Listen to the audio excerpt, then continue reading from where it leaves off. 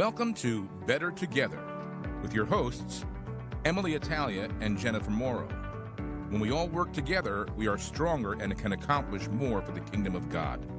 And now, here are the hosts of Better Together, EmmaLee Italia and Jennifer Morrow. Hi, everybody, and welcome to another show of Better Together.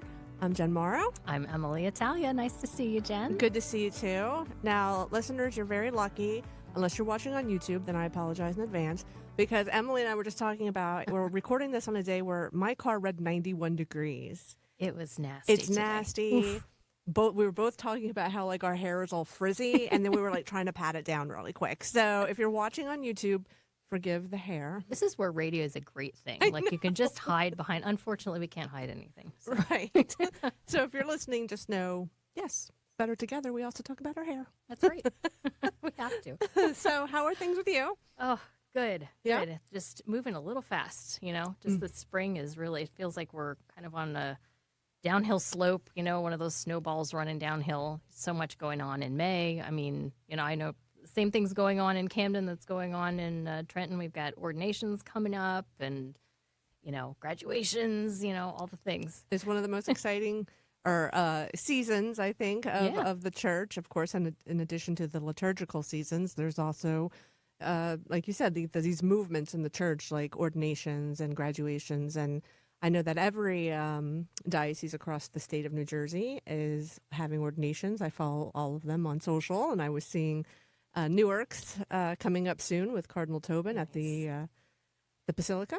So exciting, yeah. Right? That right? I mean, just seeing all these men who have said, I'm going to serve in this capacity. Mm-hmm. And, you know, it just gives you a great sense of hope, you know, that this is the future of our church. And in fact, we had a wonderful talk at our parish.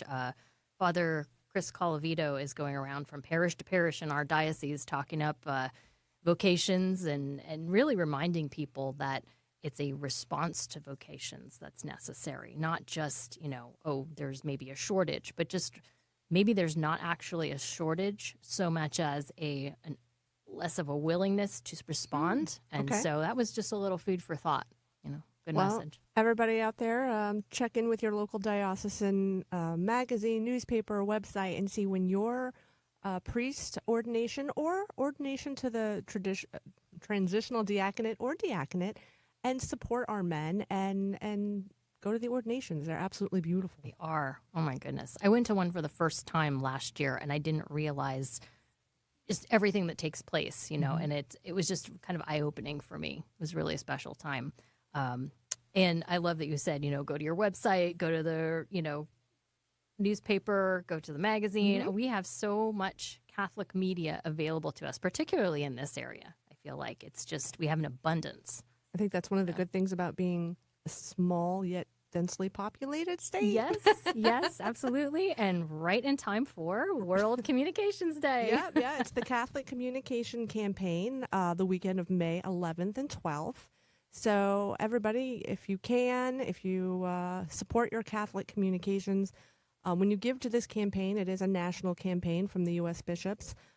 Part of the funds raised go to the USCCB for their Catholic communications efforts, and half of it remains in your local diocese to support your local diocesan communications efforts. And I think that, you know, it's easy to forget that when you think diocesan communications, you immediately think the diocesan website and the newspaper and the magazines. But there's also so much more. Every time you watch a live stream, like the ordinations will be live streamed. Yep. A lot of the dioceses do individual videos with the priests and highlight priests and local events. Those funds that you're giving during the weekend for this collection, are going to support your local diocesan communication. So please, in a time when Catholic press is so needed more than ever, right, you know, give to the campaign if you can this weekend. It's important to remember, you know, stations like this one and publications like the ones we're a part of, they cover things that you're not going to hear in the secular press. You know, they very real and important stories that need to be told, need to be heard. And if they're also, I think, way more accommodating than most secular outlets in terms of getting information out. So if you have something happening in your parish or in your Catholic school, they're very willing to help promote that. So, absolutely take advantage of that. Get in touch with them because most of them are small staffed and they don't have necessarily enough time to get to every Catholic outlet out there in order to glean information. I mean, I know some of our staff are combing through bulletins, and we love it when the parishes reach out to us and say, hey, we have this great thing going on, and we want to share it with the rest of the diocese. Absolutely. Absolutely. So speaking about diocesan communications, one of our guests today, I'm not going to spoil it, but he has been featured on the Trenton Diocese communications platforms. But before we get into the guest, let's get into what we're going to be speaking about today. That's right. And that is the National Eucharistic Congress Pilgrimage. Yes, you heard this, the ruffle of papers, everybody. Today was Catholic Star Herald deadline, so my brain is a little fried along with the hair. So. It's okay. We forgive it for sure. This is not new. It's we actually started back in 2022 in June with the National Eucharistic Revival. And so the second year is culminating in June, and at the same time, actually just that next month in July, there's a National Eucharistic Congress. So it's drawing together all of these faithful from across the country to adore and to appreciate and to learn more about the Eucharist. And in order to do that, they're literally drawing people physically in a pilgrimage that's taking place from four corners of the country. And that is coming right through our listening area in so many spots. It's so exciting. It's very exciting. I mean, if you're involved in your local diocesan events, you might remember that in June 2022, when the National Eucharistic Revival started, the goal was to inform people more about the Eucharist. It was a call for renewal and to encounter with Jesus in the real presence of the Eucharist. Most dioceses across the U.S. kicked off that 2022 initiative by holding local revival processions throughout the diocese, usually one or two main places. I mean, there's been photos everywhere. They're beautiful. And then I believe that first year was on the diocesan level where a lot of events were held on the diocesan level, like teaching more about the Eucharist and the real presence of Jesus in the host. And then the second year became more on the parish level to continue those teachings and gatherings. And as EmmaLee said, the third will kick off with a big congress in Indianapolis. Yes. Not easily said. I should have had more coffee. And in July. But yes, so when are these? The walks are starting in May 17th is the one. Okay. I don't know if they all start May 17th, but I know the one that's coming through our listening area, the St. Elizabeth Ann Seton route, is starting May 17th. So that's coming right up here within a week or so. Yeah. So these are people from there's 4 different routes. Am I correct on that? Right. They all converge in Indianapolis. So we have the northern route, the eastern route, which is ours. And then I believe there's one that comes through the north and the south, kind of. They don't all come, straight as the crow flies. They go back and forth to different spots. And then, of course, one from the west. But if you go to, I'm going to find the website here because this is so important. It is EucharisticPilgrimage.org. And if you go there, you can actually click on any of the individual routes and any of the points along the route where there's an event taking place. You can click on that, and it will give you all the details of things that are happening that day, whether it's they're going to be doing Eucharistic adoration. They'll usually have a Mass associated with each site, praise and worship, talks, and actual physical pilgrimages that you can take part in as part of the community. So and these pilgrims, they call them perpetual pilgrims. Okay. I believe there are at least around 20 for each route of the pilgrimage. Oh, They're starting, this one, Elizabeth Ann Seton starts in New Haven, Connecticut. Okay. And they're following the Eucharist and adoring this entire time. And, part of it's in the car, but also part of it is physically walking many miles. And they're going all the way up until July to Indianapolis. So will some of, and maybe this is also a question for our guests, but will some of these pilgrims be walking the entire route or taking part in the entire route? Or is it like a handoff as they go on? I think that the ones that are assigned to each route are actually staying on that route all the way to Indianapolis. That's why they call them perpetual. They're not handing off the baton, so to speak. Right. But at each point in the journey where it stops, then the local community is invited to come and So, for example, one of the spots that's happening in the Diocese of Trenton, it's a candlelight pilgrimage at night around the property. I think it's the St. Mary's Cathedral in Trenton. Beautiful. So there are going to be several opportunities within the listening area, Yeah. Even out into Pennsylvania, and it's coming from New York, where there are maybe a dozen places it's stopping. So it's really just ginormous. It's going to be so great. Okay, so give that website again for anybody that wants to participate. First off, hold up. I'm going to give a shout out to all the names because I like the names. I wrote them down. Oh, good. Okay, so we have the St. Elizabeth Ann Seton route. That is the east, and that's the one that we'll be talking about because that involves us. The Marion route is north. South is the St. Juan Diego route. And west is the St. Junipero Serra route. And so all of those will be converging in Indianapolis. You'll get it. July. You think I'll get it by the end of this show? Oh, my gosh. I'm going to make our guests say it. So, and I'm directing people to EucharisticPilgrimage.org. It's got its own dedicated website apart from the National Eucharistic Revival. And under that, you can look up all of these routes. There's a place where you can click on Elizabeth Ann Seton route. And again, it'll show you all the different points along the journey. Cool. So you can pick it up It's where like it's close to you. following the Santa tracker at Christmas. Except now we're following It's following Jesus. the Jesus tracker. All right. Well, we're going to take a break and call our first guest. We'll be calling in. All right. Tune in. We'll be right back. What have you done for your marriage today? Today, I used the towel that was already damp after my shower so that he would have the dry one. I called my wife on the phone and I told her, Sue, I love you. And I meant it. I went from the lobby of my hotel back to our hotel room 5 times to pick up the video camera. I took time out at lunch to make sure that we had an opportunity to spend time together. Then to go back and pick up the battery. What have I done for my marriage today? Today? What do we do? It's what did you do? What did I do? I shopped. Then to go back and pick up our handbag. What have I done for my marriage today? I flirted with my husband like when we first got married. I made the bed for my wife because she usually does, and I even put the pillows in the right place. Then to go back and look for something she'd forgotten that wasn't in the room either. And I did it with a smile. What have you done for your marriage today? Try something new to make yours great. For ideas, go to foryourmarriage.org, a message from the Catholic Church. Father Benedict Groeschel. There are legitimate differences of opinion in any religion. There are differences of opinion in Catholicism. But in Catholicism, you expect that people will take the teaching of its supreme authority seriously. To go diametrically opposed to those teachings is to not be a Catholic. Someone in the name of Catholicism is sponsoring the destruction of human life, lives of unborn children. And they got the name Catholic on the door.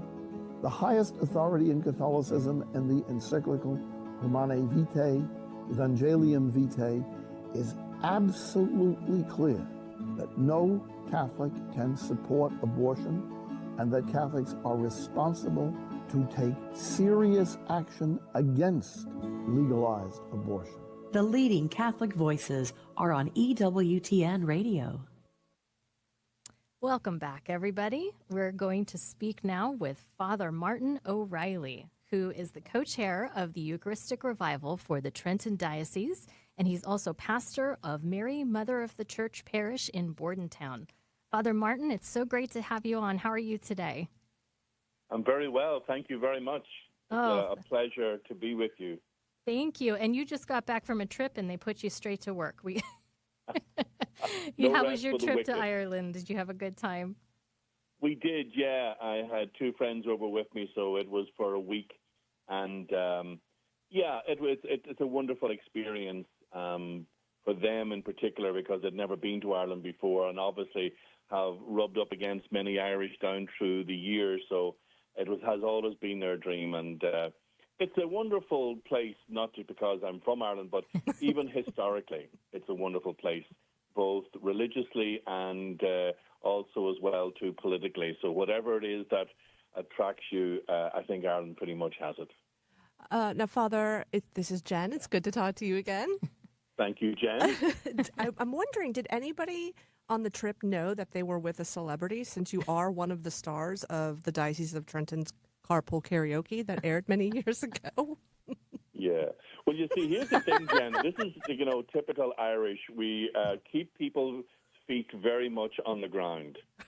So celebrity status doesn't really ring that well, in Ireland. People who are quite famous have walked the streets, example, Bruce Springsteen and others, and Garth Brooks, and even Matt Damon was actually in Ireland during the COVID, and he was in the pub, drank pints with everybody else, and it didn't make one bit of difference. So we're pretty good at keeping other people's feet firmly on the ground. Another wonderful thing about Ireland. That's fantastic. There you go. I think I'm really at this stage of the game thinking I think Fáilte Ireland will probably have to give me a commission, because I think the country has been mentioned now in 5 or 6, maybe 10 times already. A commission sounds like a great idea. I think so too. But anyway, I think we're here to talk about something maybe I would like to think at the moment more important. A different pilgrimage. Speaking of feet on the pilgrimage ground. is right. Yeah. And but I'm sure Jesus can share this space. I don't think he's that possessive. He's good that way. Yes, so absolutely. we've been visiting about the National Eucharistic Revival and all the wonderful things that have happened since it started in July 2022. Over the last couple of years, what have you seen take place in terms of events in the diocese or at the parish that are kind of helping to revive and renew that respect for and understanding of the Eucharist? Yeah. Just thinking about that, what all has unfolded over the last couple of years. And I think really, to me, there has been basically 3 dimensions to it. One is that there's a realization for bishops, priests, religious, that maybe we've been, taking a lot of things for granted with what people believe. And even in a sense, what people don't believe. We kind of have been on what I would feel a kind of a conveyor belt. We have been leaving it to the Catholic schools. We've been leaving it to the religious ed program. And maybe we haven't taken a vested interest or even attention to what actually was unfolding or being taught or what has taken place. So it's kind of a wake-up call, I feel, for those of us who are full-time ministry, for want of a better term, for example, bishops, priests, and religious.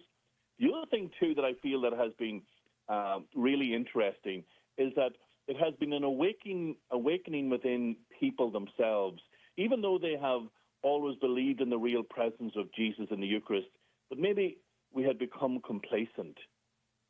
It's like that sense of if I want something, like, for example, as I often use the analogy, cornflakes, there's always cornflakes in the press. It's always there. And even many days I go, and maybe even weeks without even having it, but I know it's there. And sometimes we have probably taken the Eucharist in such a light as well, is that, especially up the northeast here, we have so many churches within miles of each other. And, there's always a mass somewhere within a 15, 20-minute car ride. So if I don't go this weekend, if I don't go next weekend, I shall go the weekend after. And it's not that people don't believe, and it's not that people don't appreciate, it's not that people don't desire God, is that we feel that God is just always there and we become a little bit complacent. And the third thing that I feel that has been really good over the last couple of years has been in the sense that opening up of the reality of Jesus in the Eucharist to a whole new generation. Because over the last couple of years, I've been privileged to speak with the Catholic principals, their Day of Recollection, and also, too, with the Catholic Teachers' Day of Recollection. So I've spoken to all the Catholic principals and Catholic teachers in the diocese here of Trenton, and also, too, I've been privileged to be able to speak to the religious ed coordinators in the diocese. So this has been brought back home, that a whole new focus on the Eucharist for the next generation has become a point of interest, and that really many of our young people are wakening up to the fact that Jesus is present in the Eucharist. And another thing that I really feel that has had a great impact is having Blessed Carlo Acutis as one of the patrons. And the reason for that is that he's a modern-day saint. He's of this generation, and he has this generation's interests, for example, in the whole area of social media. So I think that has really resonated with people. Now, are we getting the return that we would love? Who knows? All any of us can do is plant seeds. All we can do is prune some of the hedges. All we can do is maybe replant things somewhere. And between God and the people's hearts, that's where it's at. But I do feel there has been a refocusing. I think there has been a reawakening, and definitely the planting of new seeds in people's hearts. Are you hoping, Father, that when the National Eucharistic Pilgrimage comes to the diocese, that you'll be seeing those of all ages take part? I do, and I think it will happen. I think that this will, in many ways, build its own momentum. Now, we do have 3 particular events that's taken place. On May 28th, it's a Tuesday evening at St. Mary of the Assumption Cathedral in Trenton, that there's a special evening organized, and it's going to be Spanish focused. So there is a whole discussion, there's a whole interaction, there's a whole evening of evangelization, and it really begins at 5 o'clock. And then the Eucharistic pilgrims with the Blessed Sacrament will be arriving roughly around 7 o'clock that evening. And then there will be Mass, and our bishop will be celebrant at the Mass. And then there'll be a procession around. But it's very family-oriented, and it's very family-focused. And there will be programs for both the youth and for the parents as well. Then on the Wednesday, the 29th, which will be in St. Mary of the Pines in Manahawkin, and in the morning session we are gathering and reaching out for as many of our youth in that area. And we have a special exposition of the Blessed Sacrament. We have a talk from the Eucharistic pilgrims, and then we're having a procession to the church. And all of this will be explained on why procession and the importance of it, and on what does it mean.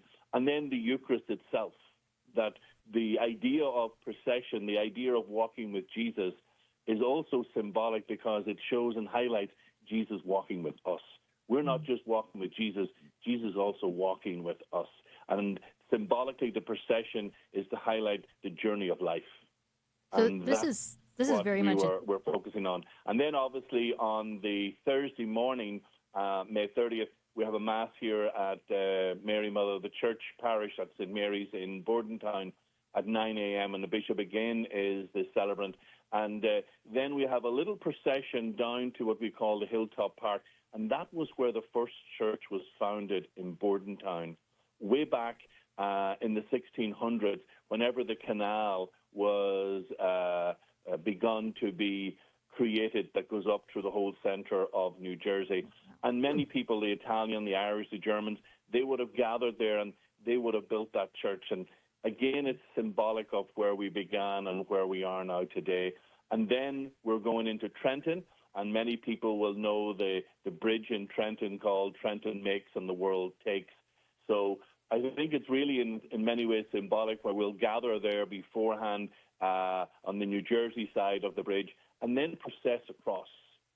And really what we're doing, and the symbolism in all of this, I think is really profound, is that myself and Monsignor Gervasio will be going to St. Augustine's Parish in Metuchen, and they then too will be placing into our care as they cared for the pilgrims, as they cared for those who are journeying with Jesus and Jesus journeying with them. So we will now provide care, and we'll provide housing, we'll provide sustenance to them. And then when we cross the bridge, we will be handing in the Eucharistic pilgrims and the Eucharist itself to the care of the Archdiocese of Philadelphia. So again, to me, it's all very symbolic of us caring for the church, as Paul did and as Timothy did, and as Philip did, as they ministered from church to church in Mesopotamia and in Philippi, and there each church supported each other. our own brothers and sisters. And I think this, in a way, is doing the same thing. So the Thursday morning, to me, I think is really very powerful as we process across the bridge. And really, Trenton makes and the world takes.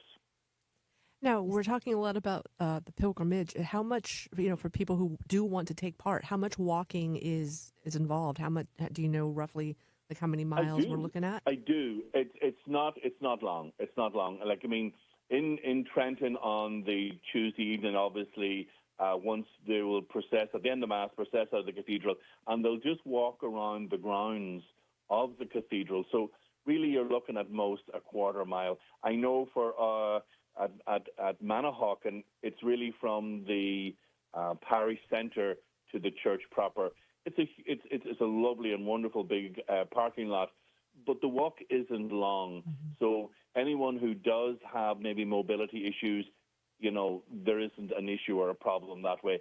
And if those who are in wheelchairs, it's all wheelchair accessible. Everything has been thought out and considered for that very reason. Even here in St. Mary's in Bordentown, there's wheelchair access. Our procession down to the hilltop, it's all on one street. It's just straight down. There's no steps or anything like that. And again, as I said, the most would be a quarter mile. I think, hopefully I have this right. I think I saw on the national website, and I had given people the EucharisticPilgrimage.org and the St. Elizabeth Ann Seton route. At each of those points, the different events, you could sign up to participate in some of them. And some of those portions did include several miles of walking. So I think there is an opportunity for the local who want to get involved in more physical walking, say, from one town to the next. But there are also portions that are going to be, the Eucharist and the pilgrims will be transported by vehicle. Is that correct? That is correct, yes. We had considered, we had thought about it, but the logistics of actually walking such a length of time and space didn't really pan out for us.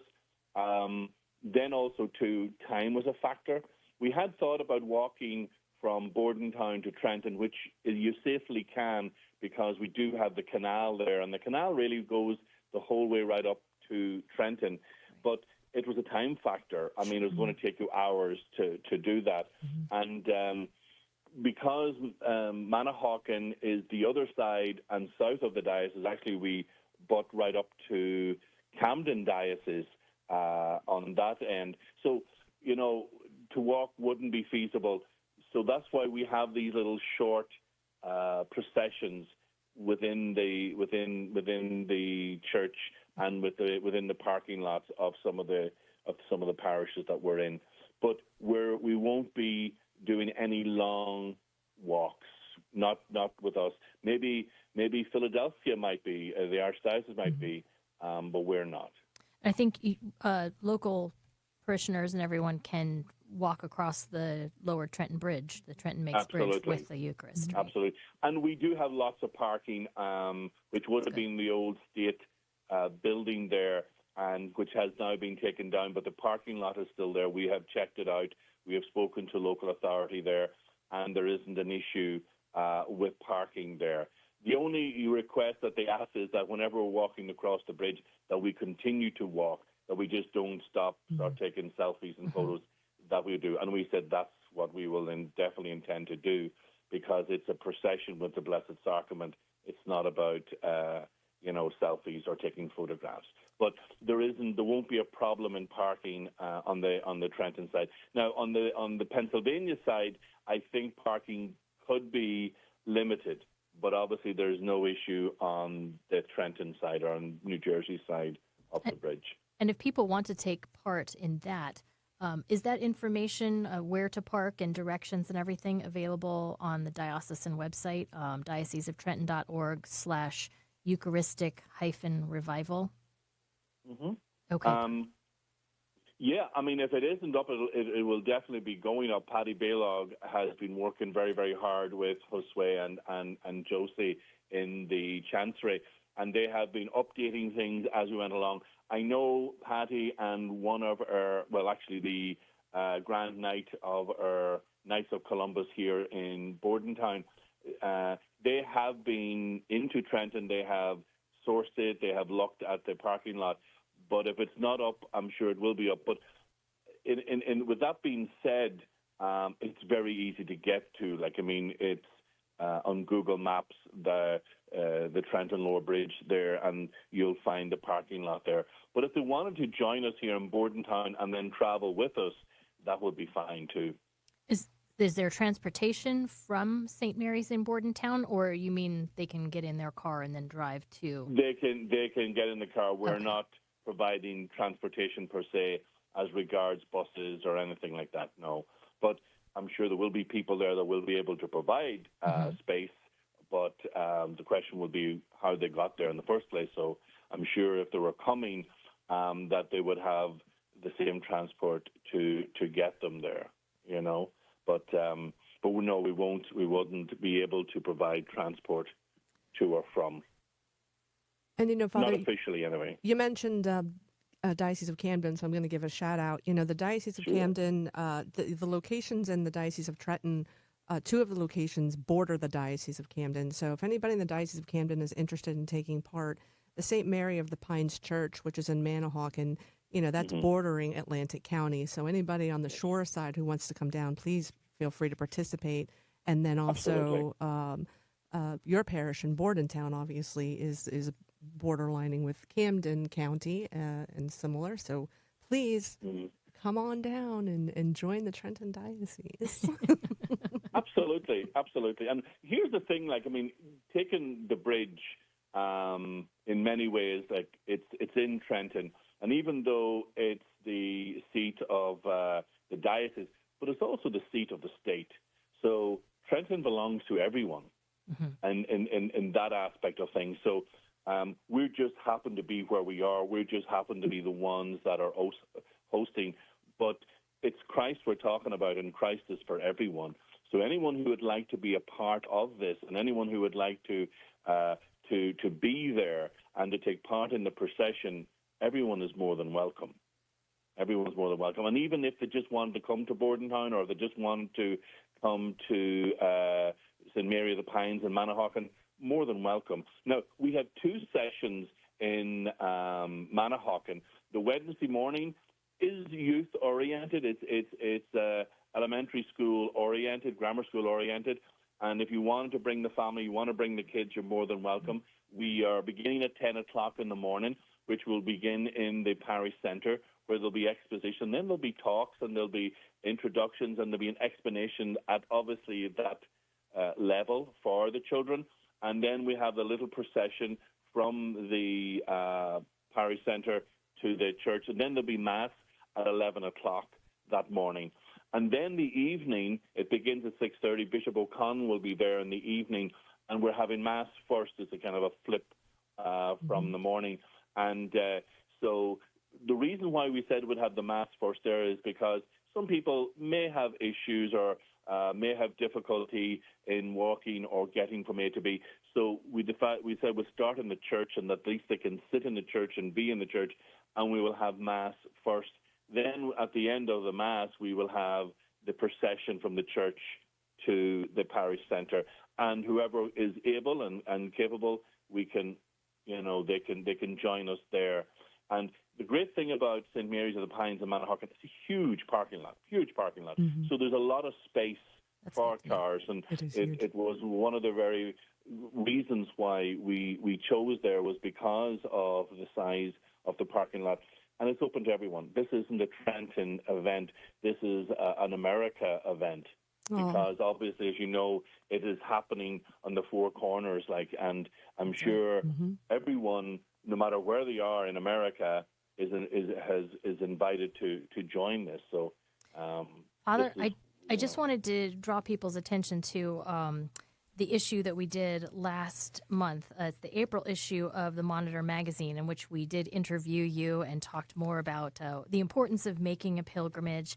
And if anyone wanted to get the online version, the website is issuu.com. That's spelled ISSUU.com/Diocese of Trenton.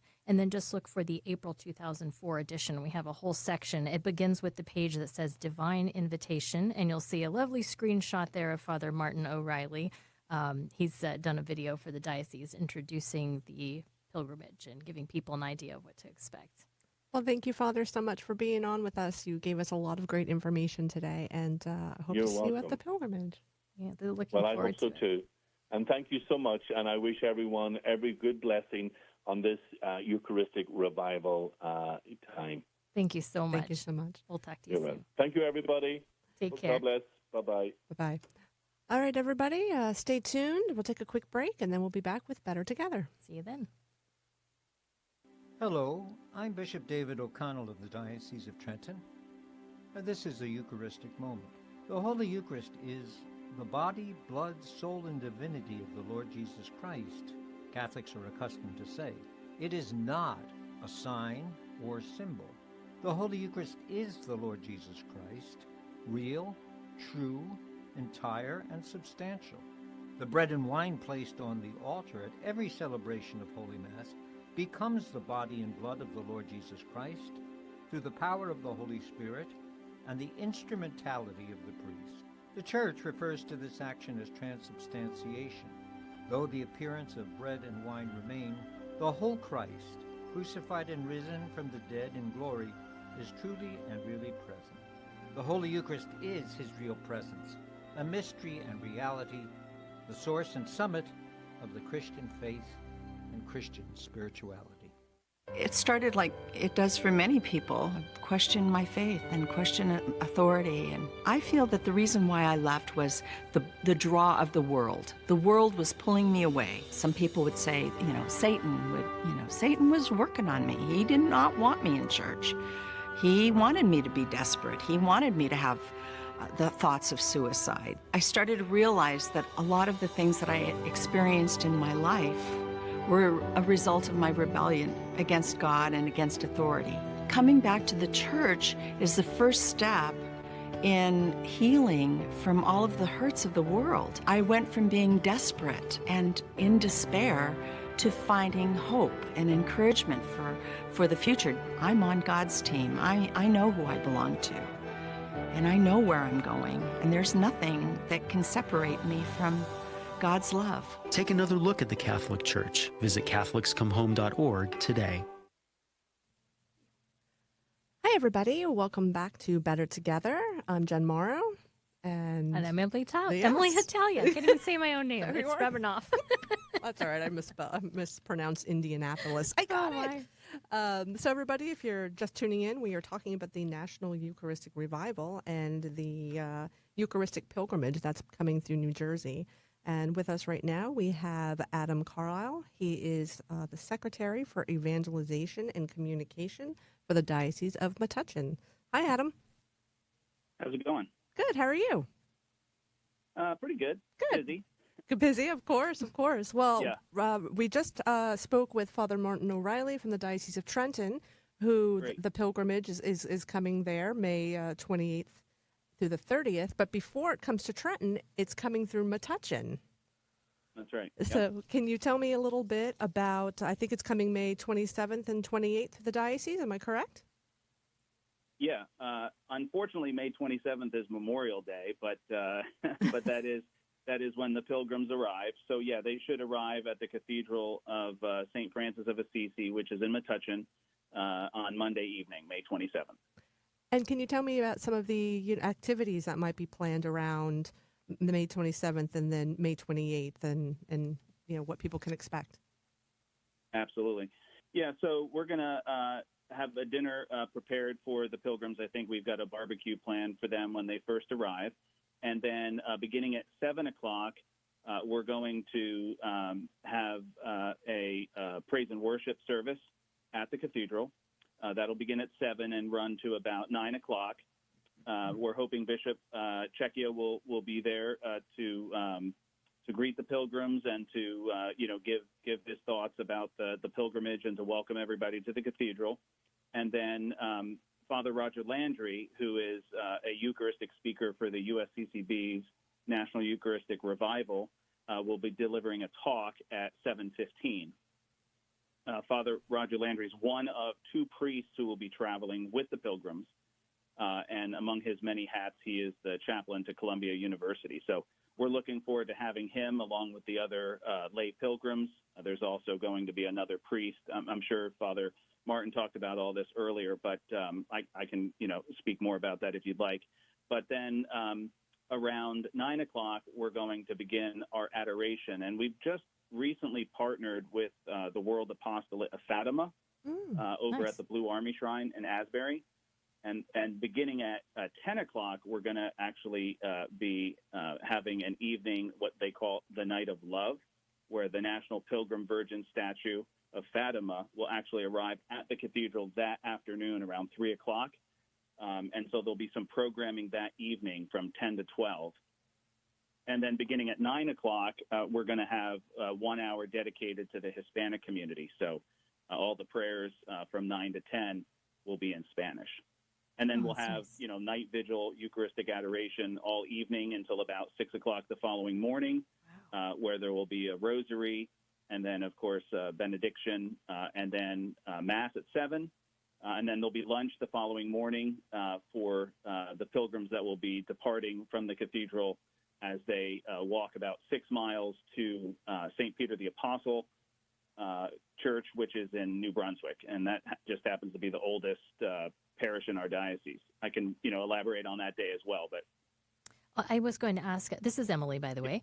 I was going to ask about the actual physical walking. I noticed on the national website that it was encouraging people to register, to sign up, to participate, and they said bring, good walking shoes. So if you actually wanted to participate in that 6.5-mile walk to St. Peter's from the cathedral, is that something that you can, as a local faithful, sign up to do? Absolutely, yeah. So, I've looked at what some of the other dioceses are doing, but when I first spoke with the National Eucharistic Pilgrimage, they told me that the pilgrims are walking about 10 to 15 miles per day, and I guess I took that pretty seriously because we do have them walking quite a bit. So the first leg of the procession begins around 8:30 in the morning on Tuesday, May 28th. And like I said, that is about a 6-mile walk. We've been in contact with local police departments. And so we've got all the approvals that we need. But, yeah, we'll be walking basically along Route 27 to New Brunswick. We'll have water stations set up about every mile or so. And, we're expecting somewhere in the vicinity of about 100, maybe even 125, 150 people for that. Wow. And again, I think there are a lot of liturgical things that we could do that other dioceses are doing, but I really believe that the walking pilgrimage is a big part of this, because the point of the pilgrimage is in part to be seen and to be a representative of Christ on earth. And for the people of our diocese, and people who are not Catholic, but who will see, 100, 150 people walking down Route 27, I think it's a great example, to the world of what we believe as Catholics. Absolutely. It's a powerful witness. And then at each of the stops along the way, I've been impressed by looking at the schedule of events that, every stop seems to coincide with a Mass and Eucharistic adoration, but there's also teaching opportunities with various clergy and lay people talking, and then, like you said, praise and worship at St. Francis. And then I think there's even a tour at St. Augustine of Canterbury in Kental Park. They're doing a tour of relics and Chapel of the Saints at their parish. So it makes for a very interesting couple of days if you're able to participate in any part of it. Yeah, and we will be providing transportation for people who, for instance, people who park their car at the cathedral Tuesday morning and who walk, whether it's the first leg to St. Peter the Apostle or to the second leg, which is St. Augustine of Canterbury in Kendall Park, which you just referenced. We will be providing transportation back to those venues for people who are willing to walk the 6 plus miles or what have you. But yeah, you brought up a couple other options. So when we arrive at St. Peter's, we will have Mass there. Father Jay Pavich will be the main celebrant there. And then we'll have lunch, and then we're going to get back on the road and walk to St. Augustine of Canterbury, which is a slightly longer walk in the afternoon. And when we arrive there, there'll be dinner.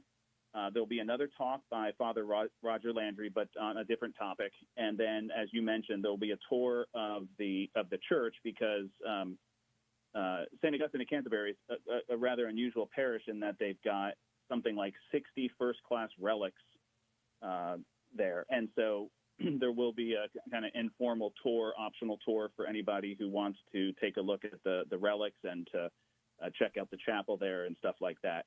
And then there'll be a blessing at the end by Father Jay Toporowski.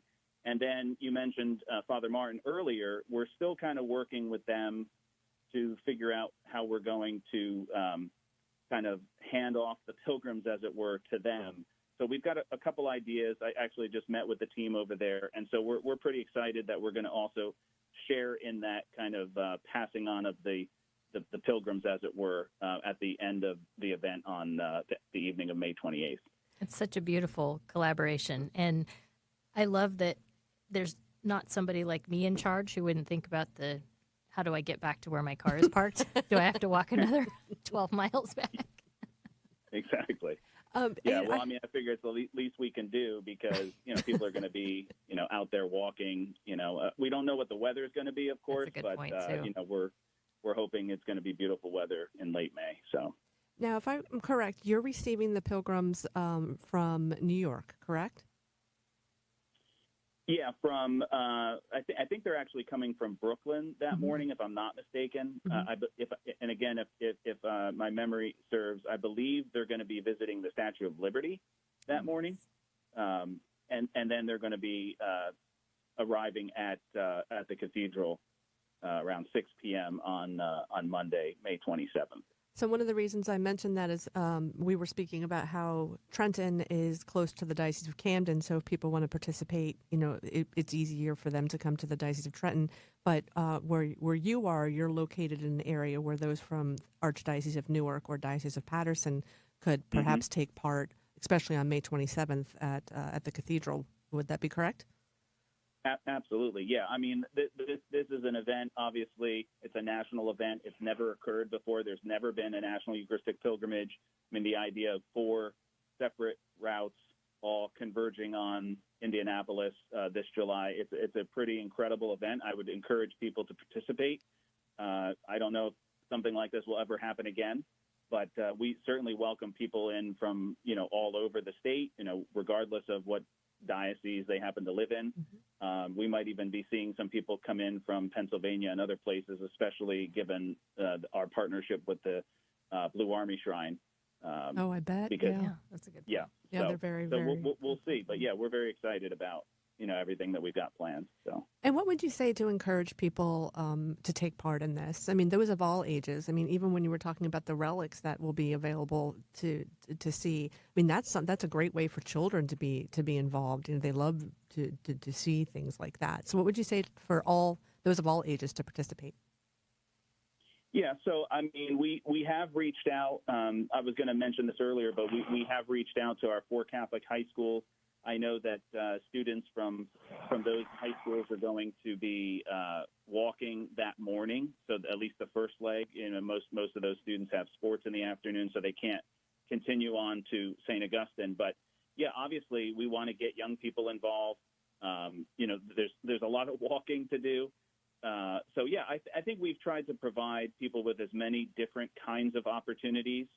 I wrote an article for the Catholic Spirit in the April issue about the pilgrimage, and one of the things I was kind of playing on this movie that came out many years ago, back I think in 2010, called Eat, Pray, Love, and that movie was all about like self-discovery and that sort of thing. And what I tried to argue in the piece was that people should come to eat, pray, and walk with us, not so much to, go on a journey of self-discovery, but to enter into a closer relationship with Jesus Christ. So I think pilgrimages have been a long-standing feature of Christianity and of the Catholic faith. Somebody likened it to a, simultaneous movement of the feet and the soul, that it's a journey made both externally and internally. So it's a great opportunity for all people of all ages to come together and to, like I said, eat, pray, walk with one another, and to be a sign of God's love on earth for all people. So we really encourage people to come out, participate, to join us and join our fellow parishioners in this historic event. And if others wanted to read the column that you were speaking about, where could they find it? You said it was in the April issue of the Catholic Spirit, which is Metuchen's Diocese of Metuchen's newspaper. Right, yeah. So, I mean, all of the things I've talked about today can be found on our website, www.diometuchen .org/NEP 2024, if I didn't butcher that. And then as far as Catholic Spirit is concerned, people can check out that article. I think it's out on our social media pages on Facebook, Instagram, and X, but also they can go to CatholicSpirit.com. If they want to check out that story. Great, thank you. And thank you for being on the show. Also, extra kudos for saying X and not Twitter. I mean, that was very impressive. But thank you, Adam, so much for being on and speaking about it. I wish you many, many blessings on your diocesan pilgrimage. Absolutely. Thanks for having me. All right, take care. Thank you. So we are so blessed to have this coming through our state. I mean, because there are only 4 routes, and it's not hitting every state in the United States, no matter what route it is. Mm-hmm. Some people, it's so far flung that they would have to fly to go see it. So, I mean, here it is right in our backyard. And, we kind of talked a little bit already about how densely populated New Jersey is, but in this case, it is really to our advantage because no matter what diocese you are in New Jersey, you can take part in this pilgrimage in some way. And, of course, in the border states as well. And I was going to say, if you do take part, we want to hear about it. So I know, I'm sure for the Camden paper, for the Metuchen paper, and for the Diocese of Trenton magazine, we have different outlets through which you can share photos, whether it's on social media or if you have a news department, please share your stories and share your photos. We want to share that experience with you and make sure we get it out to as many people as possible. Another good reason to support your Catholic communication campaign. That's right. This is where we get the good news. That's right. But yeah, definitely, like EmmaLee said, please send your photos and even, some maybe vignettes of your experiences to your local diocesan newspaper, website, magazine, or communications director. I'm sure they would love to post things like this on. And if there's a group going from your parish, make sure you share that on your parish social media. And often our diocesan outlets are really plugged into the parish social media sites, and they'll pick up on that as well. So I'm putting you on the spot. Is anybody going to see you on any of these walks? I would love to go to some of them. It happens to be my daughter's high school graduation week too, so I'm going to try to see what I can finagle, but I can't miss it. Same here. Kind of historic. Same here. I'm going to border some dioceses and see what I can get to. So, everybody, thank you so much for tuning in to this month's Better Together, and we'll see you next time.